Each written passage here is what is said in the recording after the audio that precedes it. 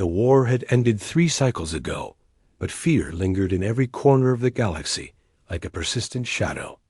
Commander Vrath stood at the observation deck of the interstellar prison facility, his massive frame silhouetted against the stars. His species, the Krell, had been bred for combat across millennia of natural selection on a death world where only the strongest survived. Standing nearly 3 meters tall, with obsidian scales that could deflect most small arms fire and claws capable of rending steel, the Krell were the galaxy's most effective shock troops. They were also its most feared. The war against the Hive Collective had required soldiers like Vrath, monsters to fight monsters, as the saying went. And now that peace had come, those same soldiers found themselves discarded, imprisoned, or exiled to the frontier worlds where civilized species would not have to look upon them. Vrath did not blame them. He had seen his own reflection enough times to understand the primal terror his kind inspired. Red eyes that glowed in darkness, a mouth full of serrated teeth, ridged bone plating that covered his skull like natural armor. He looked like death incarnate, because that was precisely what evolution had designed him to be. The door to the observation deck hissed open. Vrath did not turn. Few beings dared approach him, and those who did typically announced themselves from a safe distance. "The view is beautiful from here," a voice said. Human, female, young, by the sound of it. Vrath's head turned slowly. The human stood barely 5 paces away, arms folded casually as she gazed out at the stars. She wore the simple gray uniform of the prison's medical staff, and her dark hair was pulled back in a practical tail. She seemed entirely unafraid. "You should not be here," Vrath said, his voice a deep rumble that resonated from his chest. "This deck is restricted. So is the medical wing after hours, but you keep showing up there with injuries you refuse to report," she replied, glancing at him with calm brown eyes.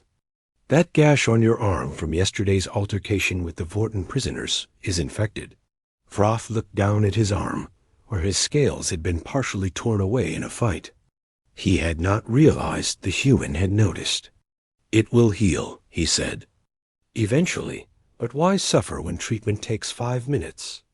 She pulled a medical scanner from her pocket. "May I?" No one asked permission to approach Vrath. They either kept their distance or issued orders from behind armed guards. He found himself nodding before he fully processed the gesture. The human, whose identification badge, Dr. Lisa Grant, approached without hesitation. She was so small compared to him, barely reaching his chest even with his slight crouch. One swing of his arm could kill her instantly. She had to know this, yet her hands were steady as she scanned his wound. "Infection confirmed, but it is not too advanced," she said, retrieving a medical applicator. "This will sting." The antiseptic foam hissed as it made contact with his torn scales. Vrath felt the brief burn of disinfectant, but did not flinch. Lisa worked with practiced efficiency, applying a regenerative gel that would accelerate his natural healing. "Why do you tend to me?" Vrath asked suddenly. "The other medical staff refused to enter my cell block."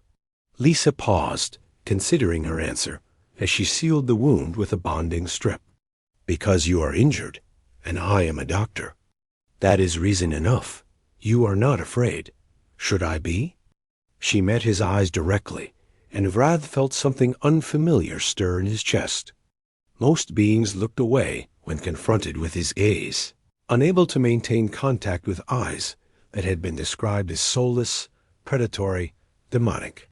"Yes," he said honestly. "My kind has killed thousands. I personally have killed hundreds. I am a weapon that your species helped point at the enemy, and now that the war is over, I am a weapon with no purpose." "I disagree," Lisa said, stepping back to examine her work. "You were a soldier following orders in a war that threatened all of us. The Hive Collective would have consumed every world in the sector if someone had not stopped them. You and your unit held the line at Arcturus Station for 6 days while the civilians evacuated. I read the reports. Vroth had not expected her to know his service record. Most people only knew that Krell were dangerous and that the war had ended, rendering them obsolete. 20,000 civilians escaped because of that stand, Lisa continued. My sister and her children were among them. So no, Commander, I am not afraid of you. I am grateful to you. Something in Vroth's chest constricted painfully. He had received medals and commendations, ceremonial words from distant admirals who never met his eyes. But gratitude, genuine and personal, was foreign to him. Over the following weeks, Lisa became a regular presence in Vroth's existence. She checked his injuries, though he made certain to acquire fewer of them. She brought him books, saying that the prison library was available to all inmates, regardless of their security classification. She talked to him about her life, about Earth, about the small coastal town where she had grown up surrounded by water and wind. Why do you spend time with me? Vroth asked one evening as they sat in the observation deck, which had become their informal meeting place. Do you want me to stop? Lisa asked, looking up from the datapad she had been reading. No, Vroth admitted, but I do not understand. You could spend your free time with your own kind, with those who do not frighten children and cause civilians to flee in panic. Lisa set down her pad. Can I be honest with you? Please. When I first saw you, I was scared, she said. You are intimidating, Vroth. Your species is built to be intimidating. But then I watched how you moved through the prison. You are careful, never to use your size to threaten the guards. You break up fights between other inmates, rather than participate in them.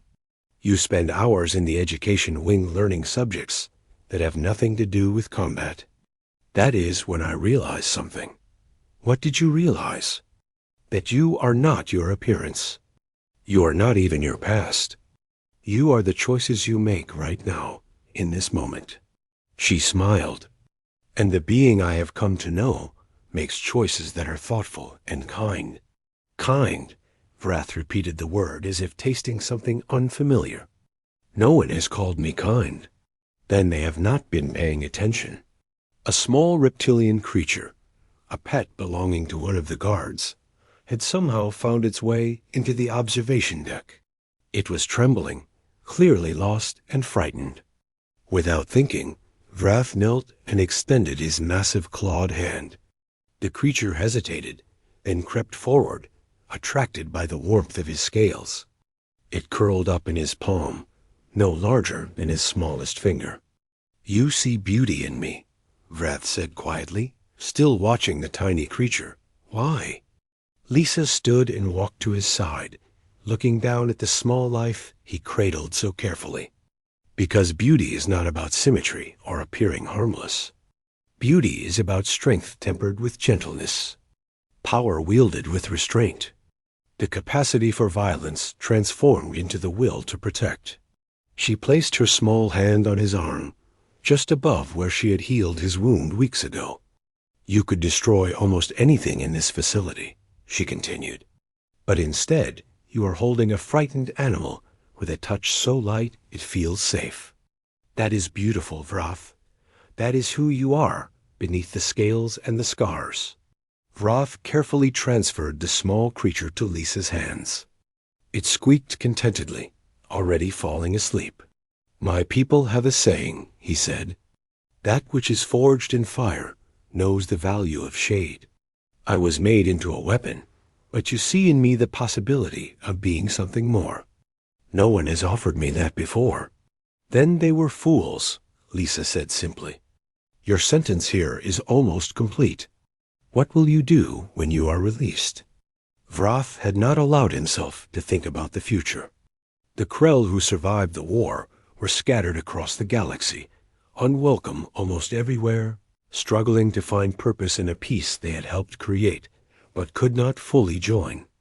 I do not know, he admitted. I have only known war and imprisonment. The outer colonies are always desperate for security personnel, Lisa said. Not soldiers, but protectors. People who can keep frontier settlements safe from pirates and predators. They do not care what you look like if you do your job well. You have researched this. I might have looked into options, she said, a hint of color rising in her cheeks. My contract here ends around the same time as your sentence.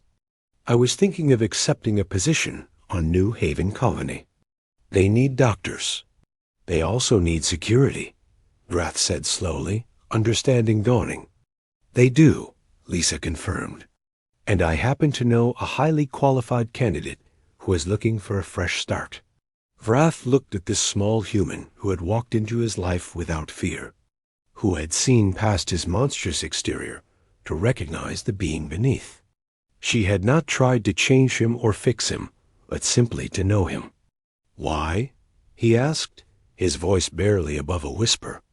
Why do you care what becomes of me? Lisa smiled, and in that expression, Wrath saw something he had never expected to find. Acceptance. Affection.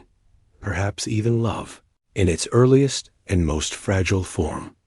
Because you are worth caring about, she said. And because everyone deserves at least one person who sees them truly, not as others fear them to be, but as they actually are. Wrath nodded slowly. For the first time since the war ended, he allowed himself to imagine a future that was not defined by his past. A future where he could be not a monster, but simply Wrath, where his strength could shelter R,